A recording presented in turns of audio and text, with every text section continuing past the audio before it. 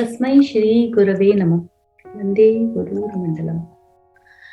ओम गुरुर्ब्रह्मा गुरुर्विष्णु गुरुर्देवो महेश्वरः. गुरुर्साक्षात् परं ब्रह्म तस्मै श्री गुरवे नमः. All right, let's try to understand vairagya once more. Let's understand first that yesterday when I was discussing the experiences of self and the grades of Turiya, in fact, this concept is not only in Tantra, in different words, in lesser words, with lesser description, it exists even in Yoga Shastra, right? And that's the reason later on, based on vairagya, based on the type of vairagya and the achievement of vairagya or dispassion, the samadhi or the absorption in self, purusha, which is called purusha, would be defined.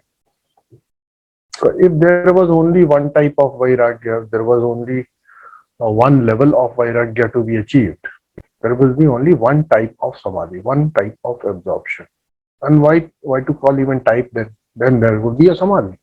You will not have any use, any categories or any special attributes of samadhi, right? So samadhi are of various types. Patanjali will define that. And when say samadhi means two words, samadhana adi, samadhi. So when we develop all-time solution, that is called samadhan. Samadhan means solution for something. Shastras tell us, teachers tell us that world is a suffering. Patanjali says, let that be. He is not discussing what world is. You see, from the beginning. Atha yoga anusashanam. He doesn't talk about the world suffering and world is full of miseries and that the world is maya or not. Nothing he talks. He simply begins with the discipline. So that means a solution, which will take you to the last step of this. Last three steps. Let me clarify. Because samadhi is what last 3 to 4 steps collectively lead to. Pratyahara dharana dhyan samadhi. Okay. So many a times, pratyahar itself is quite satisfying. Pratyahar itself is an experience in itself. So there are two types of pratyahara. Voluntary, involuntary, controlled, uncontrolled. Is it not? So most of us are victim of uncontrolled pratyahara. When we want to see a thing, we just see a thing. We stop hearing. We stop using our senses. And that happens. So, and it happens in our own engagements also, in sadhana also. That is, sometimes we sit for our so-called japa, anushtan, dhyan. Sometimes we engage ourselves in Hari Chintan, remembrance, following breath. And suddenly, everything around we forget. Where we are, what are we doing, what is the time, what is the weather here. And we take that experience, assimilate that experience. And in that experience itself, there is an exclamation. Wow! Today was something which was of value. So even pratyahar is a reward. When you are able to shut down your senses, if they happen voluntarily, wonderful. Even if they happen because you created a different kind of situation for yourself, you created an activity for yourself, you created a whole scenario for yourself to become absorbed in a particular thing. And that moment, that time, you'll never forget. Remember a candlelight dinner with your date? Everything shut down. Why candlelight? Because we don't need that much light where everything becomes illuminated. We want to illuminate only as much as we are interested in. So that is a way of experiencing the more intense kind of energies and getting absorption of a deeper kind. That the similar things are being utilized in yoga. Don't think yoga will take you, give you, introduce you to different kind of out of world activities, out of world techniques, things which don't exist already with you. They are already with you. They're only going to tell you to use them more wisely, more precisely. The objects of pratyahara would change and so on and so forth. So pratyahara is possible when we are not interested again in many but interested in one. Pratyahara is possible. Pratyahara means the closure of all other senses, and the one except the one through which you are engaged in an activity or experience. Even that is not possible, to be precise, if your attention is scattered on multiple things. Your interest is in many other things. At that moment, the experiment, this experience is not going to be the same. It's not only in Tantra where we are defining various types of samadhis, different types of absorption, different types of experiences. We may claim that we are the only system which has given us different levels of experiences of self. At the level of Purusha with Kanchukas and the peeling off Kanchukas after Kanchukas. And then also when you arrive at a conclusion that the Kanchukas are false or they are not as we are perceiving them, the first time we experience our own true being, own true nature beyond Kanchukas, that is called Shuddha Vidya. Then Shuddha Vidya is the first experience. Then Ishvara would be the next, second absorption. Sadashiva will be the third absorption. Shiva Shakti Samarasya will be the fourth absorption. And as I said, in the Purusha level also, when you peel off one after another, the Kanchukas, the coverings, that is also an experience. Yesterday I told you that even at the level of your objective ego, when you free yourself from all the Kanchukas of I'm a father, I'm a brother, I'm a son, and so on and so forth, then you remain. That objective ego beyond all the Kanchukas is also an experience. So we continue to come closer to ourselves, and therefore even after completely doing away with all distractions or all outer things, whatever we experience would depend not only on the absence of the things at that moment of experience, but equally whether you would like to go back to the same experience from which you have detached, or whatever value you associate in your deepest of deep understanding, what value you associate with the world, because you have detached yourself from the world to experience yourself, is it not? That is called vasana. Our vasana is for the sansara, and therefore as our vasana becomes milder and milder, it becomes more scarce, it becomes less dense, it becomes less strong. As the hue becomes lighter and lighter, the connection, the strong bond is finally losing upon us. Then that is the level of vairagya you are getting. Actually, you are improving on one thing which is called vairagya. Even Patanjali defines that there are, see, what he is broadly telling you, he's saying there is one vairagya which people understand as vairagya. But there is, then he defines another obtainable, well-revered vairagya, state of vairagya, which he is calling as para-vairagya. Right? Para-vairagya means final, ultimate vairagya, which would mean Patanjali is also giving you a band, although he is not talking about it, because these are sutras and sutras need to be concise.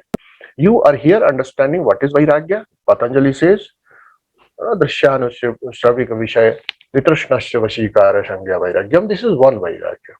Then he says there is another extreme of vairagya which is called para-vairagya. Now today we are going to take that. In this sutra he says Tat param purusha khyate guna vaitrishyam. This is para-vairagya. Tat param purusha khyate guna vaitrishyam. Now this is a little complicated arrangement of words because Patanjali is also a grammarian. After Panini, Patanjali is revered in Sanskrit grammar. We should know that. So Patanjali is giving another type of vairagya. And as I was telling in the beginning, that depending on the type of vairagya, your absorption or solution or samadhi will come. So Patanjali is defining the types of vairagya or the varieties or grades of vairagya based on which or as a result of which you will experience a particular state of samadhi. When Patanjali is given two streams, when you study sutras, you have to be mindful of what is being said. If you are mindful of the possibilities here, then you would truly recognize that there is this vairagya and there is para-vairagya. Of course, when I move from this to this place, there are various types, various shades and various grades. The qualitative changes in the vairagya is going to happen. And therefore, when Patanjali says there are two types of samadhis based on the two types of vairagya, two extremes he is talking, he is also giving you a hint that there is, if there is anything in between, that will be the type of samadhi. So, tat param purusha khyate guna vaitrishnam. He says that extreme non-attachment, giving up even the qualities, shows the real nature of the Purusha. Guna vaitrishnam. Let us understand that. Earlier it was Drishyanu Shravika Vishaya Vitrishna. There are two things. 15th Sutra says, this is a vairagya, this is a Drishyanu Shravika Vishaya Vitrishnasya. Vashikara Sangya, having control on our mind, our tendency, is vairagya. Here he says, Tat param purusha khyate guna vaitrishnam. Vishaya vitrishnasya guna vaitrishnam. Based on vairagya, type of vairagya or grade of vairagya, we experience absorption. Okay? That absorption happens because we are able to detach ourselves from the world. Momentary detachment from the world, spontaneous detachment from the world is possible. We have seen it in many cases, right? It is said in our Shastras, first part I'll quote, भोजनांते श्मशानांते मैथुनांते यामति. अब आगे आप समझ लो. That after you have taken your meal, full meal, the way you feel, at the cremation ground, the way you feel, after having a wholehearted sexual fulfillment, how you feel. If these feelings can continue in your day-to-day, moment-to-moment, that will become a way for liberation. That's the shloka. Okay. If that can be sustained, these are the small vairagya capsules given by the divine in our life. See, the same food you were fighting for, jaldi lao, bring it early, give it fast and all that, you were actually desiring too much. You were getting angry, you were getting anxious that I must have. But after your stomach is full, tummy is full, if somebody says take more, no, I don't want. As if you are a vairag. I don't want.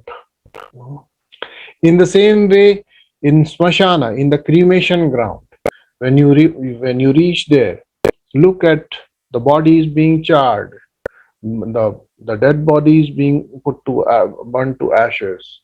You see, melting under the heat of fire, the organs, and then you say, how much money I wasted on my hair are burning like wool.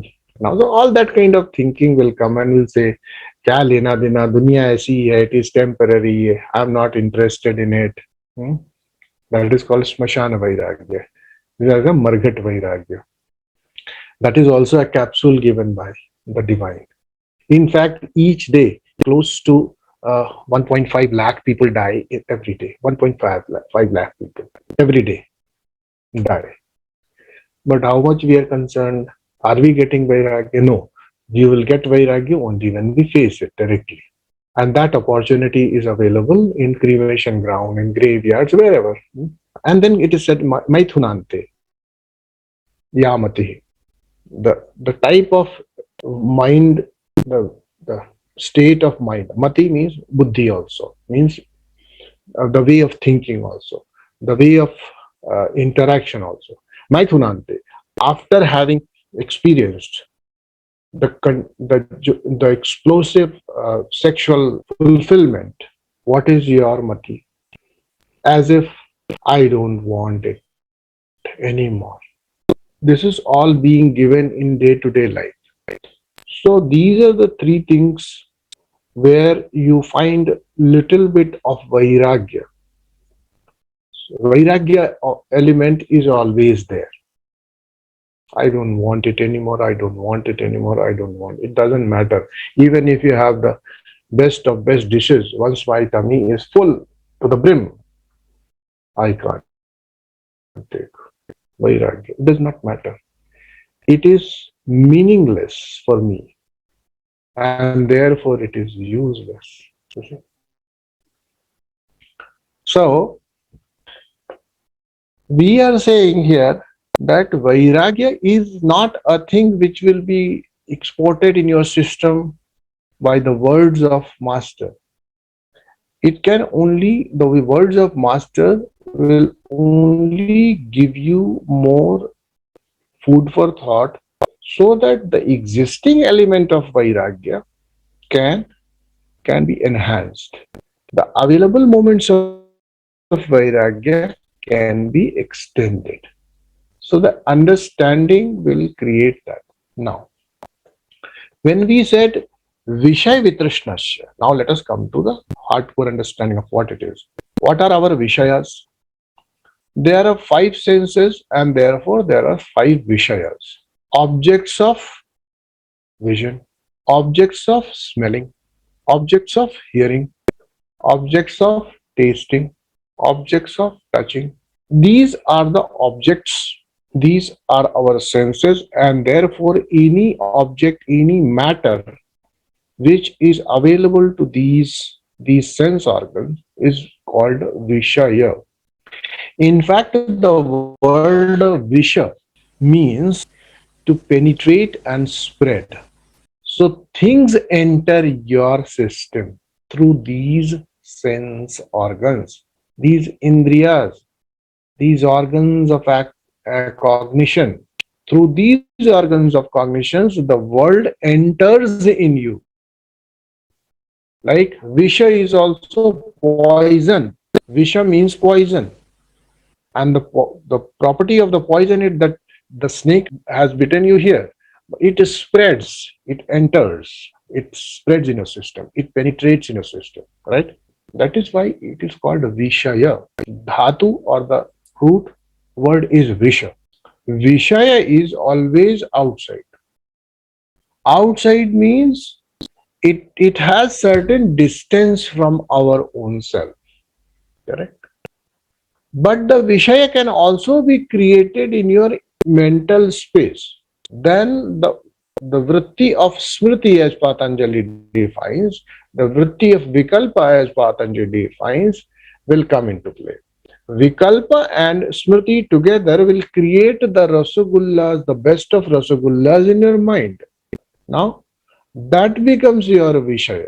That Rasgulla which is in your mind space is also going to penetrate your whole system. So, that is where Vishaya is mostly external, and whatever is internal is either a modification of external or reappearance from the memory bank internal.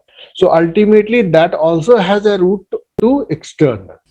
You may modify it, you may mutilate it, you may enhance it, you may beautify it, whatever way the substratum should be available. You say, I see a rabbit which has horns. Okay, now rabbits are not born with horns.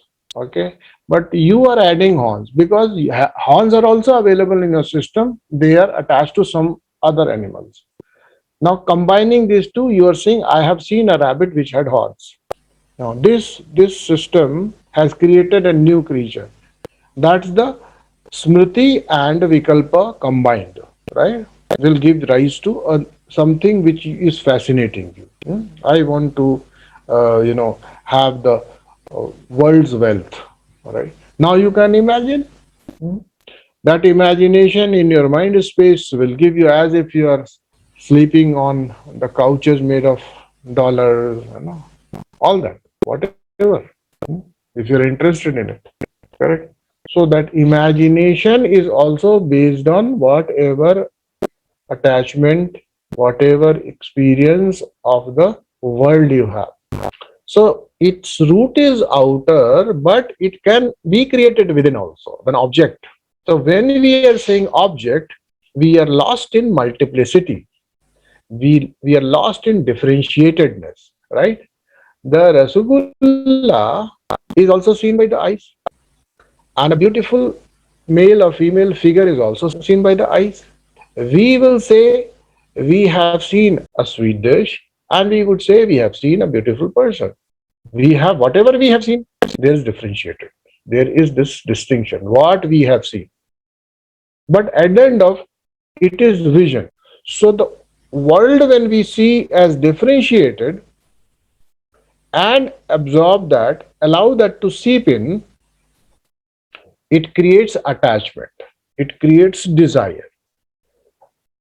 But the first level of vairagya is Vishaya Vitrashnasya.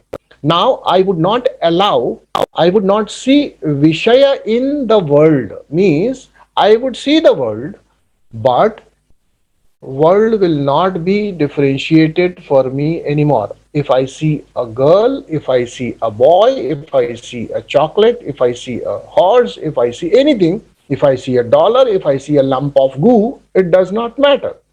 I am not putting any attention to the qualities of the differentiated objects, but still what remains is vision.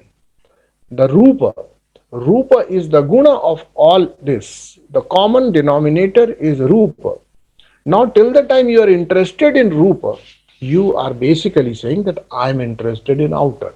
If you are dropping Rupa, which means you are interested in, you had it, you had a connection, then only you are dropping it. For example, only if you have money, then you can do it in a charity or donate it. Donation will happen when you have money, right? Something would be dropped only if there was a connect, if there was a bond. So when we say Vishaya Vitrashna, we say the specific objects I'm not interested in. That is Vishaya Vitrashna. And when you say vision is vision, and vision is only a faculty to illuminate what is outside, and I am okay with vision or without vision. I'm not even interested in vision. That means moving beyond vision. If it is okay. If it is not, it is okay. My capacity to taste is okay. I taste multiple things, many different delicacies. If it is there, it is okay. If it is not there, it is okay. Earlier Vairagya was that okay, I will equally denounce the bitter god and a sweet dish. That was your dispassion for the Vishaya Vitrashna. Now you have totally said that, you have outrightly said that the taste, the faculty of tasting, I am denouncing. Whether I am able to taste anything or not taste anything, it does not mean you need not taste. Whether my capacity of tasting remains or does not, I have no, no desire to keep it with myself. I don't want it. जरूरी नहीं है कि ये हो, ये पड़ा ही हो रहा है, ये पावर हो मेरे पास, the power to taste. नहीं भी हो तो ठीक है, because it does not take away anything, it does not add anything to this system. See, how many things you have tasted in this world? Has anything improved in you? Has contentment level gone up? The joy index has gone up? Many things you have seen in this world. Has anything happened to your state of contentment, joy, and peacefulness? No. So, while you recognize that the world exists, while you recognize you can perceive the world through your senses, but for you, the world has become meaningless. Understand? Completely meaningless. What you are interested in is the self which is illuminating this so-called meanings, creating meanings in this world. You see? Yes or no? See, the world exists without meanings. We give meaning to the world, right? There are no trees, there are no stones, there are no mountains, there are no rivers, there are no stars, there is nothing. It exists only for us. We have given meaning to everything. We have given a name to everything. The world is a continuous presence, a continuous flow in which we have created segments. We have defined this one, this object is this object is this object is this. Does the same experience is for a bacterium? Does the same experience is for a bird? Maybe a little bit higher than the bacterium, but not as good as ours. We have given so much meaning to the world, right? And therefore we become bonded with it. When you give meaning, meaningful become useful. Many a time, meaningful things become useful. Meaningless becomes useless, is it not? That is also a way to look at. So giving meaning means we are creating a differentiated experience out of an undifferentiated experience. So when we are saying Jnanam Bandha, we are the worldly experience of differentiatedness. That is Jnanam Bandha. Sorry, that is Ajnanam Bandha. But when we say the world, the mere experience itself, the qualities which we are experiencing, even if that is undifferentiated, that is also a bandha, then we say Jnanam Bandha. Both ways.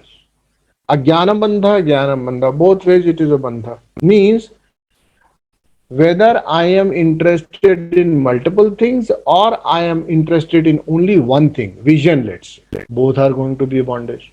Now this is a vairagya which is highest vairagya. It has to be cultivated maybe over a lifetime or maybe over multiple lifetimes. It's not possible for you to just get up one day and say, I have para-vairagya. Okay. First you need to create apara-vairagya. Apara-vairagya means develop this passion for the different things, people, situations. Right? So the para-vairagya and apara-vairagya need to be understood. Alright, so when we are saying Guna Vaitrishnam, let us understand at a philosophical level, at an abstract level, what Patanjali is saying, he is talking of going beyond the three gunas, which is Prakriti. Okay. Guna Vaitrishnam, which means moving beyond the Prakriti. Earlier, moving beyond mental associations. The world you have created, right? God's creation. Another world is created by man within the God's creation. See, God has created everybody who is around you. Agreed? Now, out of those millions of people, you have created some as your own, right? And some as not your own. Now, in this God's creation, your creation is bondage. Once you come out of that, it is upper vairagya. It is not again para vairagya, by the way. It is upper vairagya, lower vairagya you have achieved. When the world exists, God's world exists, and you are here experiencing God's world. But when you say that the world is meaningless, then why to have so much attachment to experience the world, and then world itself become meaningless. And when that kind of feeling is created, that vasana is strengthened, you become free of the otherness completely, and you are absorbed in self, and that is a highest type of samadhi, which is beyond prakriti. Understand? So what one is, you do away with your own personally created world, that is upper vairagya. But when you are done with this doing away of the world, your personal world within the world of God, personal created world, then also the one world is still exists. This world is creation of God, right? Now to do away with that, you say it is a meaningless creation, or it exists or doesn't exist, doesn't matter. This is highest vairagya. Or recognition that till the time I exist, I can experience this world of God. And therefore, out of the two, the world and I, which is of meaning, which is of value, of course, the self. Without self, the world doesn't exist. So tomorrow, if I die, the world will disappear. Tomorrow, my senses will diminish completely. As I die, the senses die. Correct or not? I'm not going to experience this world. So the world is experienced because I exist. So what is of consequence? I.